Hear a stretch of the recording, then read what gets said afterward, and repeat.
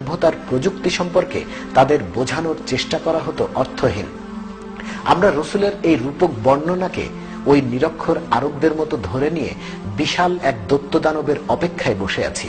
কিন্তু দাজ্জাল কোনো দৈত্যদানব নয়, বরং ইহুদি খ্রিস্টান সভ্যতাই হচ্ছে সেই ভয়ানক দাজ্জাল। রসুলের হাদিসগুলো থেকে একে একে তার প্রমাণ দেব ইনশাল্লাহ।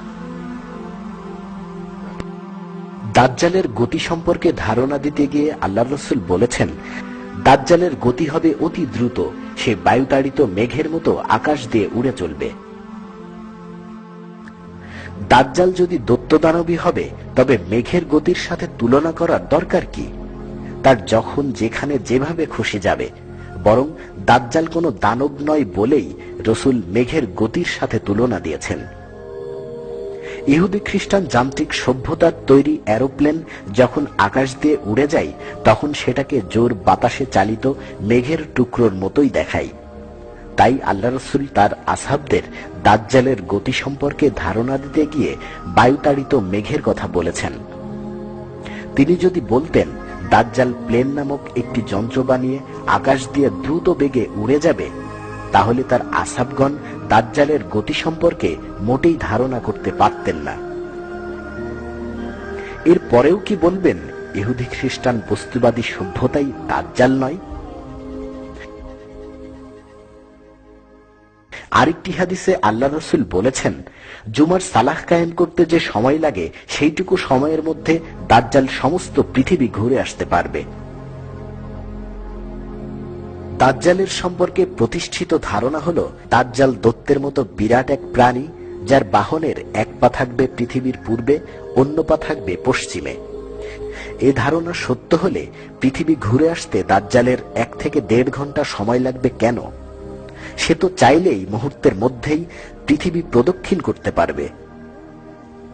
একটি কৃত্রিম উপগ্রহ ঘন্টায় 18,000 মাইলের বেশি বেগে পৃথিবী প্রদক্ষিণ করতে পারে। এতে তার সময় লাগে মাত্র 90 থেকে 95 মিনিট। জুমার সালার প্রস্তুতি পর্ব থেকে সমাপ্তি পর্যন্তও সময় লাগে সেই 90 থেকে 95 মিনিট। এ হাদিসে রাসূল জুম্মার সালাতের সাথে দাজ্জালের গতির যে তুলনা দিয়েছেন, তা ইহুদি খ্রিস্টান সভ্যতার সৃষ্ট স্যাটেলাইটের গতির সাথে হুবহু মিলে যায়। এর পরেও কি ভাবছেন দাজ্জাল কোনো দৈত্যদানব?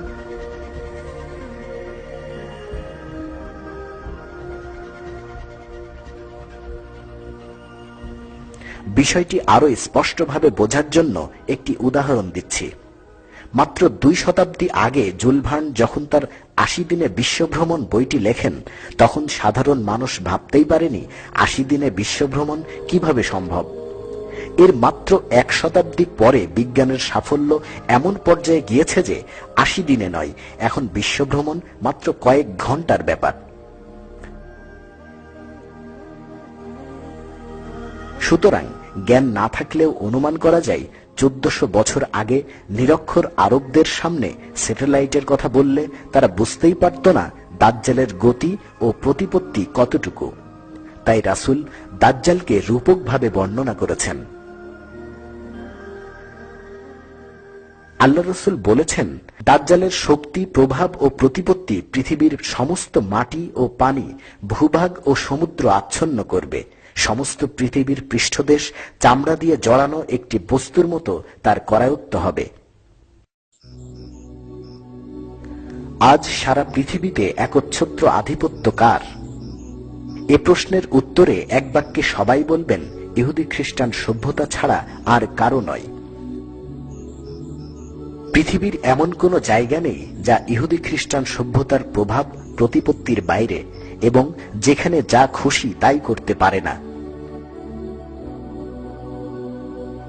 সমস্ত পৃথিবী চামড়া দিয়ে জড়ানো একটি বস্তুর মতো দাজ্জালের করায়ত্ত হবে বলতে রসুল রূপকভাবে পৃথিবীময় দাজ্জালের এই প্রভাব ও প্রতিপত্তিকেই বুঝিয়েছেন, যা বর্তমান ইহুদি খ্রিস্টান যান্ত্রিক সভ্যতার সাথে হুবহু মিলে যায়। মানব ইতিহাসে আজ পর্যন্ত কোন সভ্যতা সমস্ত পৃথিবীর মানুষকে এভাবে পদানত ও নিয়ন্ত্রণ করতে পারেনি। সুতরাং প্রমাণ হয় দাজ্জাল কোনো দৈত্যদানব নয়, ইহুদি খ্রিস্টান যান্ত্রিক সভ্যতাই হচ্ছে সেই ভয়ঙ্কর দাজ্জাল। দাজ্জালের বিরাটত্ব, প্রতিপত্তি ও ক্ষমতা সম্পর্কে রাসূল তার আসহাবদের বিভিন্ন সময় বিভিন্নভাবে বলেছেন। একটি হাদিসে তিনি বলেছেন, দাজ্জালের বাহনের 2 কানের মধ্যে দূরত্ব হবে 70 হাত। তিনি আরো বলেছেন, দাজ্জালের ঘোড়ার বা গাধার অর্থাৎ বাহনের 1 পা পৃথিবীর পূর্ব প্রান্তে, অন্য পা পশ্চিম প্রান্তে থাকবে। বিশ্বনবীর রূপক বর্ণনার শাব্দিক অর্থকে প্রকৃত অর্থ ধরে নিয়ে যারা বিরাট ঘোড়ায় উপবিষ্ট একচক্ষু বিশিষ্ট এক দানবের অপেক্ষায় আছেন, এই 2টি হাদিসই তাদের ভুল ধারণা শুধরাবার জন্য যথেষ্ট হবে আশা করি। আরবিতে 70 বলতে অসংখ্য বোঝায়। একটি বাহনের 2 কানের মধ্যে অসংখ্য অর্থাৎ হাজার হাজার হাত দূরত্ব, যার 2 পা পৃথিবীর 2 প্রান্তে, এমন বাহন কি সম্ভব? এটা নড়াচড়া করবে কোথায়? প্রথম হাদিসে রাসূল দাজ্জালের কান অর্থাৎ শ্রবণেন্দ্রিয়ের কথা বলেছেন। 2 কানের মধ্যে 70 হাত বা হাজার হাজার হাত দূরত্ব বলতে রাসূল বুঝিয়েছেন মুহূর্তের মধ্যে দাজ্জাল পৃথিবীর যে কোনো প্রান্তের কথা শুনতে পাবে। লক্ষ্য করে দেখুন, হাদিসের বর্ণনাটি ইহুদি খ্রিস্টান যান্ত্রিক সভ্যতার আবিষ্কার রেডিও ও টেলিফোনের সাথে হুবহু মিলে যায়। রেডিও বা টেলিফোনের মাধ্যমে কথা বললে হাজার হাজার মাইল দূরে মুহূর্তের মধ্যেই সে কথা শুনতে পাই। রেডিও টেলিফোনের সাথে রাসূলের বর্ণনা এভাবে হুবহু মেলার পরেও কি বলবেন দাজ্জাল কোনো দৈত্যদানব? অপর হাদিসে রাসূল বলেছেন, দাজ্জালের বাহনের 2 পা পৃথিবীর 2 প্রান্তে থাকবে। এটিও ইহুদি খ্রিস্টান যান্ত্রিক সভ্যতার বৈজ্ঞানিক প্রযুক্তির বিশ্বব্যাপী বিস্তৃতির একটি রূপক বর্ণনা। বৈজ্ঞানিক প্রযুক্তি ইহুদি খ্রিস্টান সভ্যতাকে সারা দুনিয়ায় পৌঁছে দিচ্ছে। এটিই তার বাহন, যার 1 পা পৃথিবীর পূর্বে, আরেক পা পশ্চিমে। বিশাল এক দৈত্যের মতো এই সভ্যতার নানা আবিষ্কার আজ সারা বিশ্বকে আবৃত করে ফেলেছে।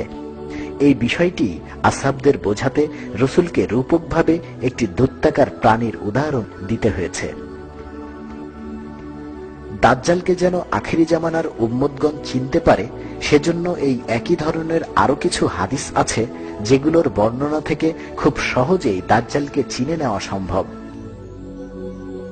যেমন আল্লাহর রাসূল বলেছেন, পৃথিবীর এক প্রান্ত হতে অন্য প্রান্তে অর্থাৎ পৃথিবীর সর্বত্র কি কথা হচ্ছে দাজ্জাল তা শুনতে পাবে এবং কি হচ্ছে তা দেখতে পাবে। যে কেউ বুঝবে এই হাদিসটি তথ্য প্রযুক্তি সংক্রান্ত। তথ্য প্রযুক্তির উন্নয়ন বর্তমানে এমন পর্যায়ে গিয়েছে যে এই যুগটাকেই বলা হয় তথ্য প্রযুক্তির যুগ। এই প্রযুক্তি যে ইহুদি খ্রিস্টান যান্ত্রিক সভ্যতার আবিষ্কার তাও কারো অজানা নাই। এই তথ্য প্রযুক্তির ইন্টারনেট ও টেলিভিশনের মাধ্যমে পৃথিবীর কোথায় কি হচ্ছে তা অতি সহজেই দেখা যায় ও শোনা যায়। এমনকি স্যাটেলাইটের মাধ্যমে পৃথিবীর কোনো বিশেষ জায়গা দেখতে চাইলে তাও সম্ভব। তথ্য প্রযুক্তির এই ব্যাপক বিস্তারকে রাসূল রূপকভাবে দাজ্জালের সর্বত্র দেখা ও সবকিছু শোনার ক্ষমতা হিসেবে বর্ণনা করেছেন। দেখলেন তো রাসূলের হাদিসগুলো কিভাবে অক্ষরে অক্ষরে সত্যে পরিণত হয়েছে। সুতরাং কোনো দানব নয়, ইহুদি খ্রিস্টান যান্ত্রিক সভ্যতায় যে দাজ্জাল, তাতে আর কোনো সন্দেহ থাকে কি?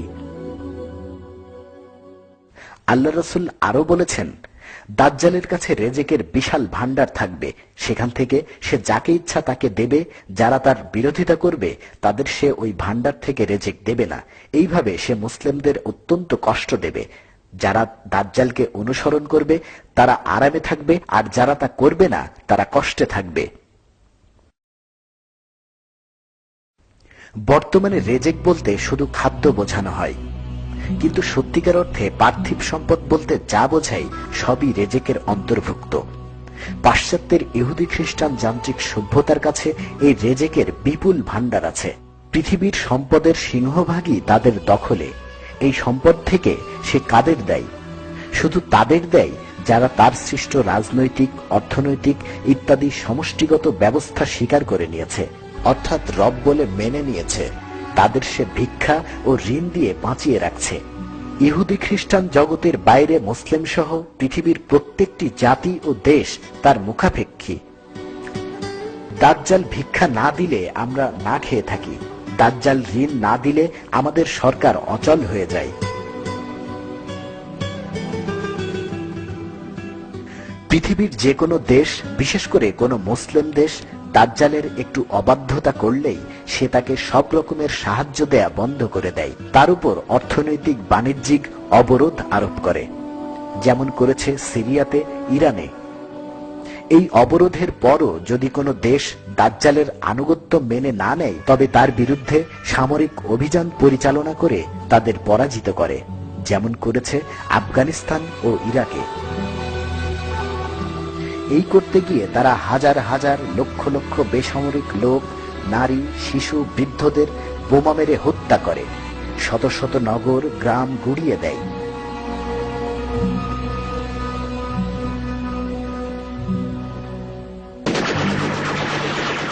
শুধু তাই নয়, মুসলিমদের গুলি করে ফাঁসি দিয়ে হত্যা করেছে,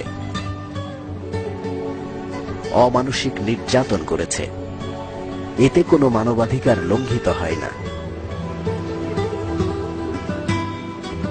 এমনকি লক্ষ লক্ষ মুসলিম মেয়েদের তুলে নিয়ে ধর্ষণ করতেও তারা কুণ্ঠিত হয় না। এই কাজকে তারা কোনো অন্যায় মনে করে না। একে তারা বলে আনুষঙ্গিক ক্ষয়ক্ষতি, কোলাটেরাল ড্যামেজ। তাই রাসূল বলেছেন, দাজ্জাল মুসলিমদেরকে অত্যন্ত কষ্ট দেবে। দেখলেন তো রাসূলের কথা আজ কিভাবে সত্যে পরিণত হয়েছে। এর পরেও কি ভয়ঙ্কর এক দৈত্য সদৃশ দাজ্জালের অপেক্ষায় বসে থাকবেন?